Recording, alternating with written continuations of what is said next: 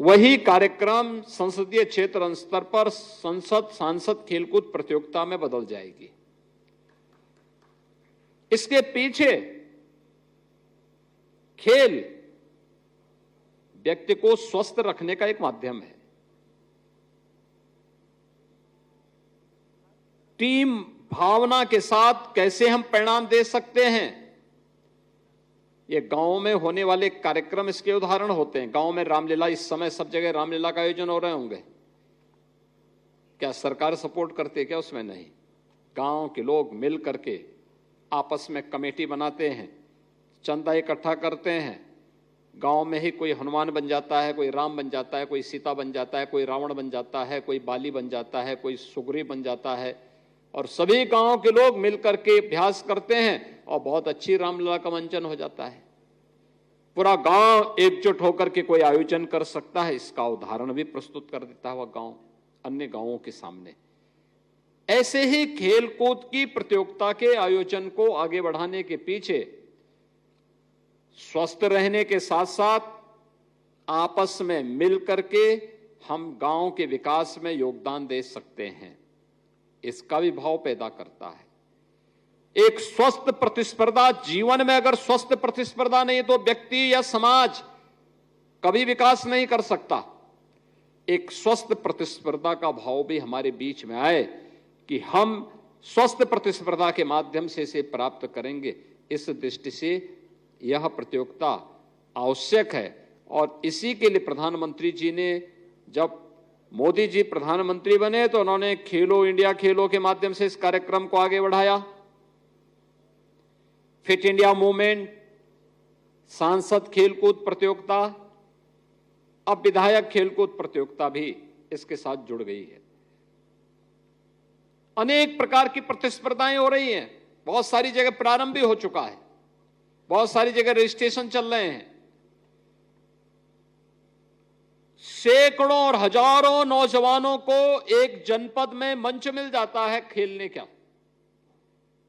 एक स्वस्थ प्रतिस्पर्धा के साथ लोगों के मन में एक स्वस्थ प्रतिस्पर्धा आती है और स्वस्थ प्रतिस्पर्धा आगे बढ़ती है तो ये विकास को प्रोत्साहित करती है, समाज को आगे बढ़ने के लिए प्रेरणा देती है।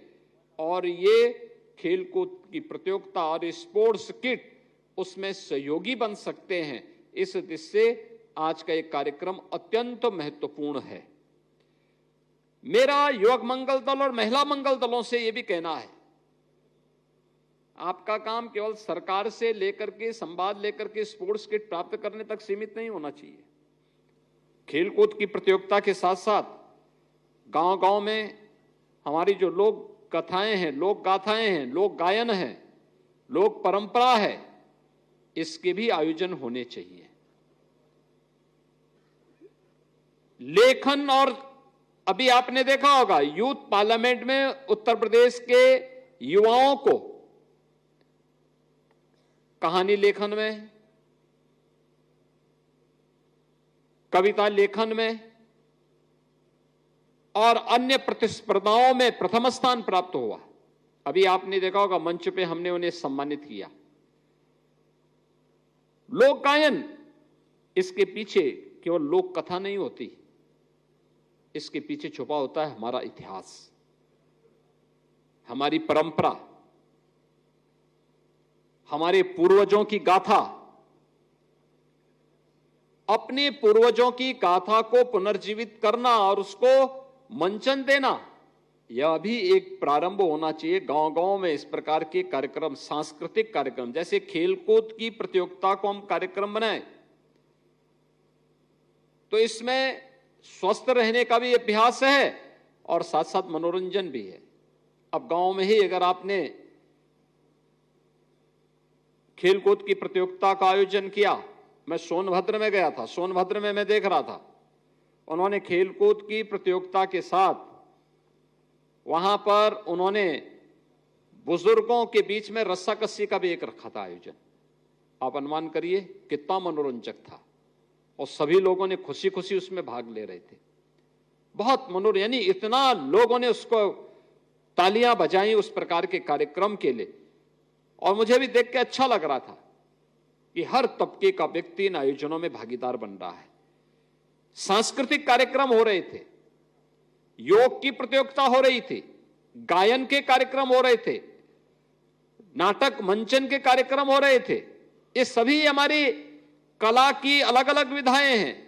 इन सब के कार्यक्रम वहां हम लोगों को देखने और सुनने को मिल रहा था, और ये देख करके मुझे बहुत अच्छा लगा कि उत्तर प्रदेश के अंदर प्रधानमंत्री जी का जो विजन है वह खेल के साथ साथ अलग अलग विधाओं के माध्यम से भी आगे बढ़ रहा है। और मुझे लगता है कि ये जिम्मेदारी युवक मंगल दल और महिला मंगल दलों को अपने कंधे पर लेनी चाहिए कि वे इस अभियान का हिस्सा बने।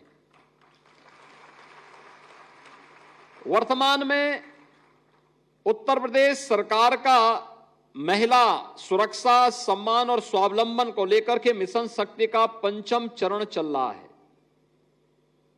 ये 5वें चरण के पीछे का उद्देश्य महिलाओं की सुरक्षा के प्रति जागरूकता और महिलाओं के कल्याण के लिए केंद्र और राज्य सरकार के स्तर पर क्या क्या कार्यक्रम हुए हैं, इन कार्यक्रमों के बारे में महिलाओं को जागरूक करना, उनको बताना। महिला मंगल दल का दायित्व बनता है कि अपनी अपनी ग्राम पंचायतों में उन कार्यक्रमों के साथ जुड़े, उसे सफलता की ऊंचाइयों तक पहुंचाएं। वर्तमान में विकसित भारत के निर्माण के लिए उत्तर प्रदेश के अंदर विकसित उत्तर प्रदेश का एक अभियान सफलतापूर्वक आगे बढ़ रहा है। विकसित उत्तर प्रदेश के लिए मैंने स्वयं भी, पहले तो विधानसभा में हमारी 28 घंटे तक चर्चा हुई, विधायकों ने उसमें भाग लिया, लगातार 28 घंटे तक उस पर बहस हुई। इसके उपरांत 300 बुद्धिजीवियों को, प्रबुद्ध जनों को हम लोगों ने अलग अलग अकादमिक संस्थाओं में भेजा।